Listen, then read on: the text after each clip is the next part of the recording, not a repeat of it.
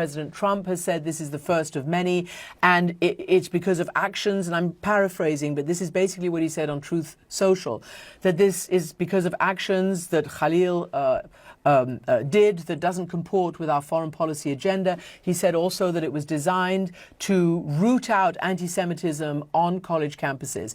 Can we first of all, what activities do you know of that Mahmoud Khalil, your client, did in terms of supporting Hamas, distributing Hamas materials, being anti-Semitic? What are the facts there? What does he say? What do you say? Okay.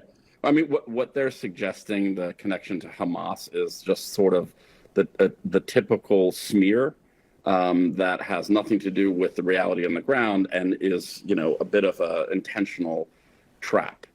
The activities they are referring to are peaceful protests, including leadership within the Columbia student body, supporting advocacy for Palestinian human rights, and for a cry to end the ongoing genocide of the Palestinian people, which he is a part, albeit part of the diaspora. He has no connections to Hamas. The most they suggest is he was part of protests in which other people issued flyers vaguely supportive of Hamas. And if anyone has ever been in a protest, there are thousands of people who say thousands of things. And lest we go down the road that the administration seems to want to, this McCarthyist road, guilt by association, is inconsistent with basic democratic principles.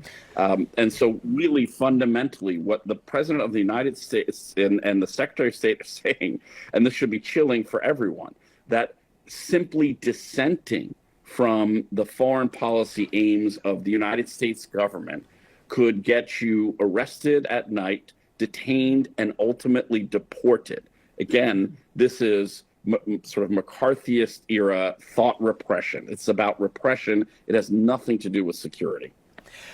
Okay, because they say it's an immigration and security, but also they talk about we know that anti-Semitism is rising, and we know that there has been just the most awful clashes between both sides in this terrible war on campus, for the last many, many months, all of last year. So the question is this a First Amendment case, as the ACLU believes? How do you think you're going to defend this?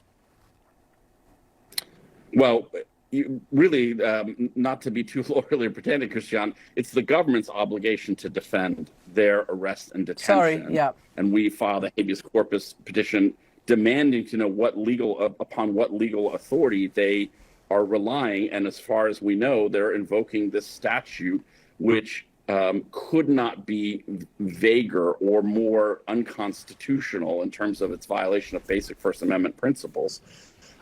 So they have to come up with a legal and factual authority to detain a lawful permanent resident for some reason that is authorized by law. And the law does not authorize arrest, detention, or removal for constitutionally protected speech activity. And on the question of anti-Semitism, Mahmoud is a beloved leader of the cohort of Palestinian human rights activists on Columbia.